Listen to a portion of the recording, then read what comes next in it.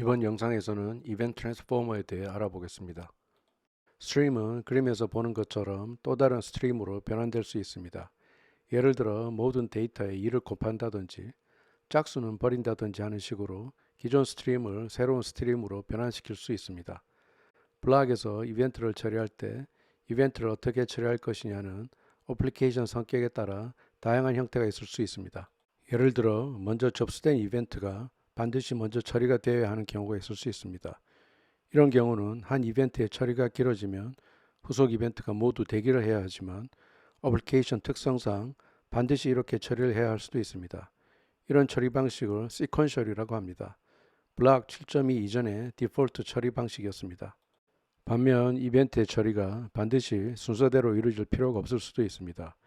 이럴 때는 이벤트를 처리할 여력이 있는 범위 내에서 동시다발적으로 이벤트를 처리합니다. 그런데 이렇게 하면 첫 번째 접수된 이벤트의 처리 결과가 두 번째 접수된 이벤트의 처리 결과보다 나중에 나올 수 있습니다. 그런데 만약 의도가 두 번째 이벤트 처리 결과가 첫 번째 이벤트 처리 결과보다 나중에 나와야 한다면 바람직하지 않겠죠. 바로 이 방식이 현재 블락의 디폴트 이벤트 처리 방식입니다. 이런 처리 방식을 concurrent라고 합니다. 또 현재 이벤트를 처리하고 있는데 이벤트가 또 접수되면 새로이 접수된 이벤트를 버리는 게 바람직한 경우가 있을 수 있습니다. 예를 들어 인피니트 스크롤과 같은 경우는 미리 정해진 스크롤 하이트를 넘어서는 순간 새로운 데이터를 가지고 옵니다. 인피니트 스크롤을 다양하게 구현할 수 있지만 데이터를 건너뛰어서 보여주는 것은 의미가 없습니다. 즉 이럴 경우에는 사용자의 다음번 스크롤 이벤트를 무시하는 게 바람직할 수 있습니다. 이런 방식을 드롭퍼블이라고 합니다. 또 현재 이벤트를 처리 중 새로운 이벤트가 들어오면 처리 중인 이벤트는 버리고 새로운 이벤트를 처리하는 게 바람직한 경우가 있습니다. 예를 들어 전통적인 페이지네이션을 구현할 때 세 번째 페이지를 요청하자마자 다섯 번째 페이지를 요청하는 경우 세 번째 페이지 요청은 드롭하고 다섯 번째 페이지 요청을 수행하는 게 바람직합니다. 이런 처리 방식을 리스타터블이라고 합니다. 이런 네 가지 방식의 이벤트 트랜스포메이션을 지원하는 블락 컨커런시라는 패키지를 플러터 블락의 저자이기도 한 펠릭스 안젤로프가 만들었습니다. 그리고 리모트 서버에 검색을 할 때 검색량을 줄이기 위해 사용자가 일정 시간, 예를 들어 500ms 정도 타이핑을 멈췄을 때 사용자가 입력한 검색어를 한꺼번에 보내는 방식으로 구현하는 경우도 흔하게 있습니다. 이런 처리 방식을 디바운스라고 합니다. 이 외에도 이벤트를 다른 스트림으로 변환하는 많은 방식이 있습니다.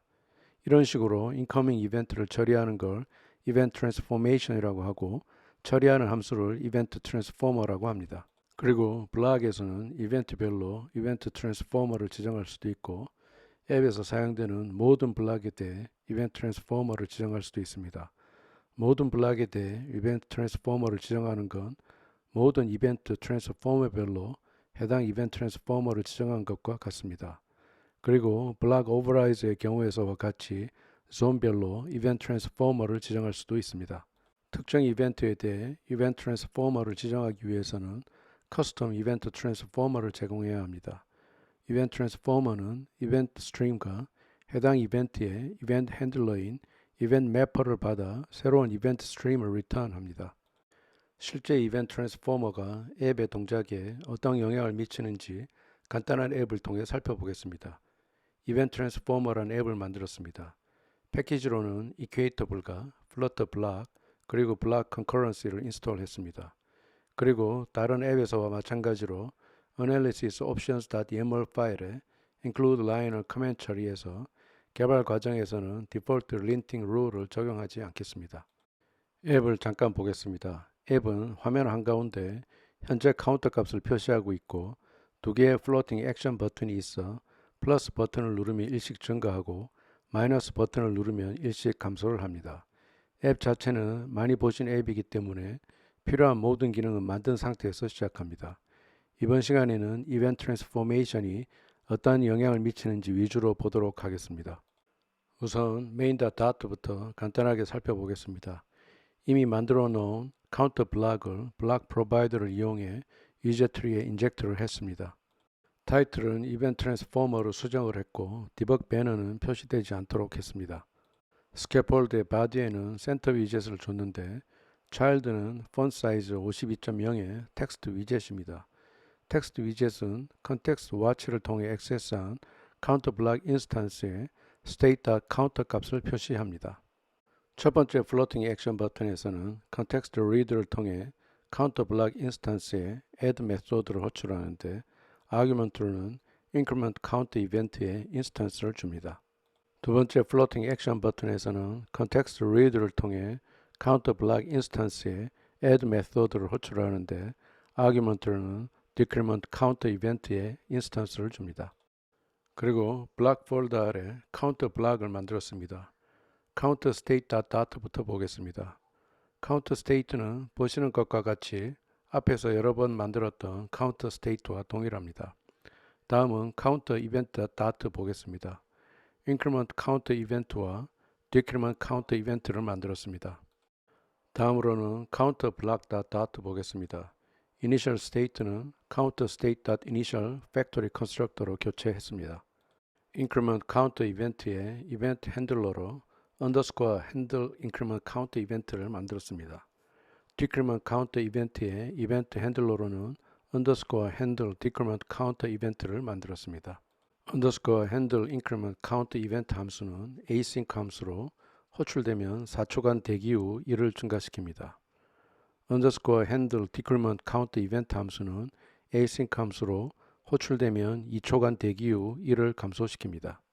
테스트를 위해 에뮬레이터를 실행시켰습니다. 먼저 플러스 버튼을 누르고 바로 마이너스 버튼을 눌러보겠습니다. 현재는 onEventAPI의 트랜스포머에 아무것도 지정하지 않았기 때문에 디폴트로 concurrent behavior를 가지게 됩니다. 그런데 increment는 4초를 대기하고 decrement는 2초를 대기하기 때문에 마이너스 1이 먼저 표시가 되고 다음에 0이 표시가 될 것 같습니다. 실제로 이렇게 되는지 해보겠습니다. 마이너스 1이 먼저 표시가 되고 다음에 0이 표시가 되었습니다. 그런데 이 concurrency는 동일 이벤트에 대해서도 적용이 됩니다. 예를 들어 remote API에 날씨 데이터를 연속으로 2번 요청했다고 했을 때 첫 번째 요청이 두 번째 요청보다 반드시 먼저 처리된다는 보장은 없습니다. 이렇게 되면 두 번째 요청이 먼저 표시되고 다음에 첫 번째 요청이 표시될 수도 있습니다. 제가 여기서 마이너스 버튼을 3번 빠르게 눌러 보겠습니다. 시간이 좀 지나서 마이너스 3이 표시되는 걸 확인할 수 있습니다. 다음으로 decrement count 이벤트를 처리하는 on 펑션의 트랜스포머에 드롭업을 줘보겠습니다. 하루 리스타트 시키고 테스트를 해보겠습니다. 마이너스 버튼을 빠르게 3번을 눌러 보겠습니다.